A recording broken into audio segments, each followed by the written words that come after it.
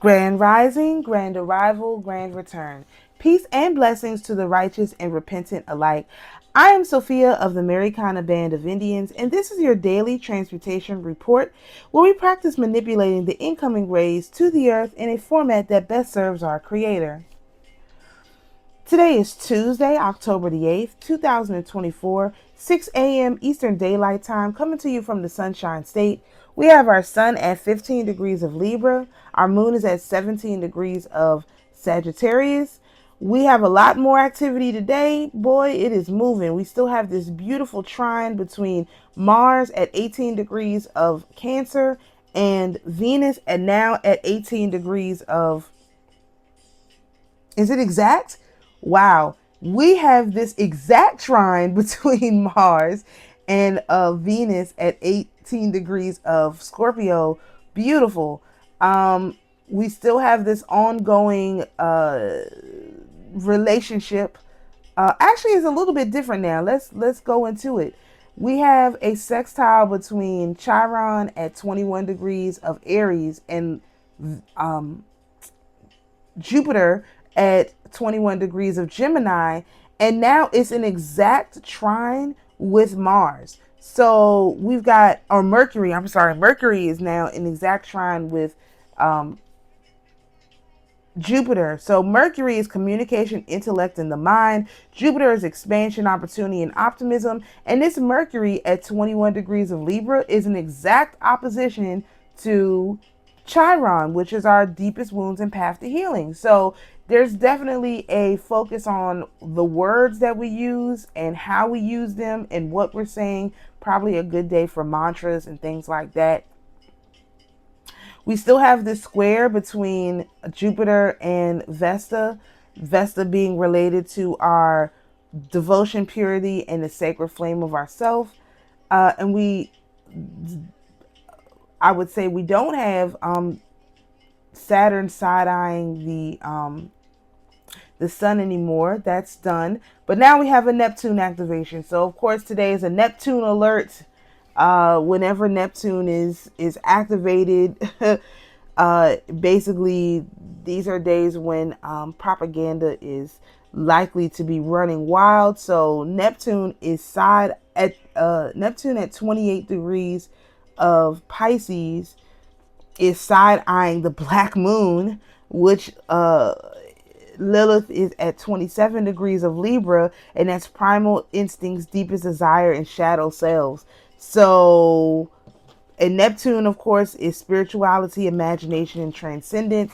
So this could be a little, I would say, an activation of your shadow, especially today. Is your shadow is probably going to be activated in some way by some entity.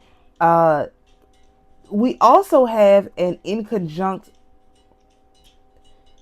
with this, in conjunct with Neptune and the black moon of Lilith, is also happening with Uranus and the black moon Lilith. And remember, Uranus is related to innovation, individuality, and disruption. So our deepest desires, primal instincts, shadow selves are really getting looked at carefully and closely by both Neptune and Uranus. So that's definitely going to have an impact today.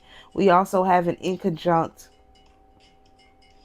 Oh, did I already mention it? Between Chiron and Vesta.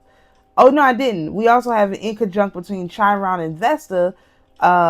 So this is again checking in with our sacred flame of self, checking in to make sure that we're not going overboard on that, especially as it comes to our path of healing. So if you would like an in-depth look or more detailed look at the astrology, please contact your favorite local astrologer who can do that for you, okay? So we're on the first quarter moon. We have a 6.4 day old moon, 33.2% illumination, with a moon rise time of 12:50 p.m. and a moon set time of 10:45 p.m.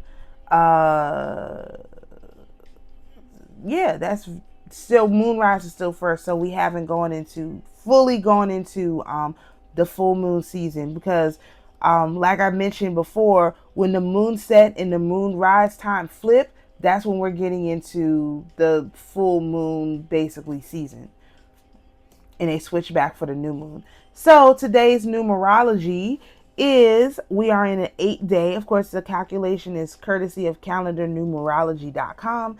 And 8 days are for business, money, karma, and power. So again, there's a lot of power going on. You have Neptune activated, you have Uranus activated, you have Jupiter activated. These are all the big. Saturn's the only one that's really not as active, but Saturn was just active. So you have a lot of big energy kind of flowing around, dealing with Mercury, especially dealing with Mercury because that's our messenger planet. That's one of the ones that's closest to who we are as the sun on the outside. So yeah, this ties in with the numerology. So today is a good business day, a good money day, a good karma day, and a good power day.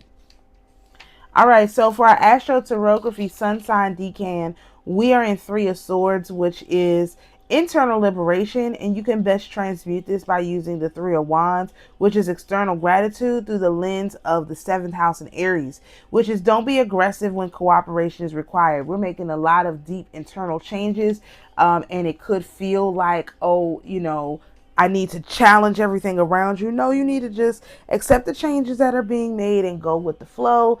And of course, as we move forward, you'll see you have to actually work with people. That's going to be what makes this time successful.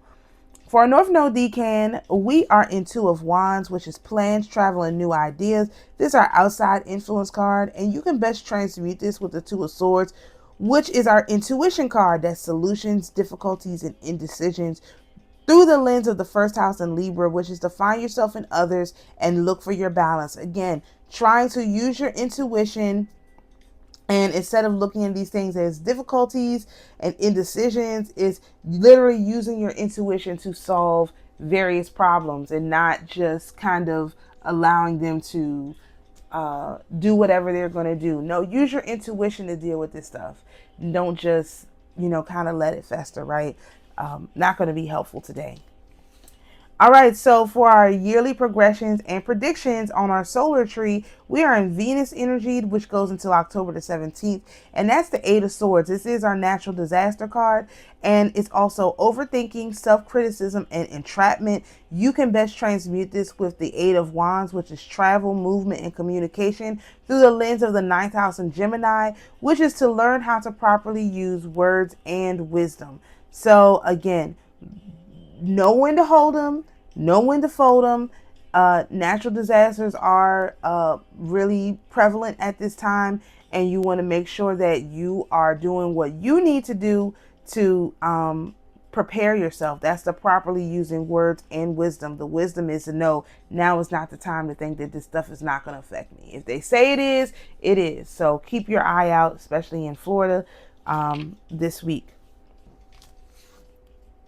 All right, so for our lunar tree of life yearly progressions and predictions, we are in North Node energy, and that is the Fool, which is beginnings, start of a new journey, a literal baby. We are literally brand new out here in these spiritual streets. The spiritual streets are new, and we are just figuring everything out. You can best transmute this by using the Wheel of Fortune, which is good fortune, karma, or dharma, and luck through the lens of the second house in Libra, which is to prefer to work with others, don't want to care for self. So again, you can't care for yourself. You are required now to let someone else help you. You want to make sure that you are engaging in what outside influences can do for you. And I just realized that's actually shown in the card. As you can see, all the animals in the corner, or the entities in the corners, are all reading. They're getting their information from an outside source.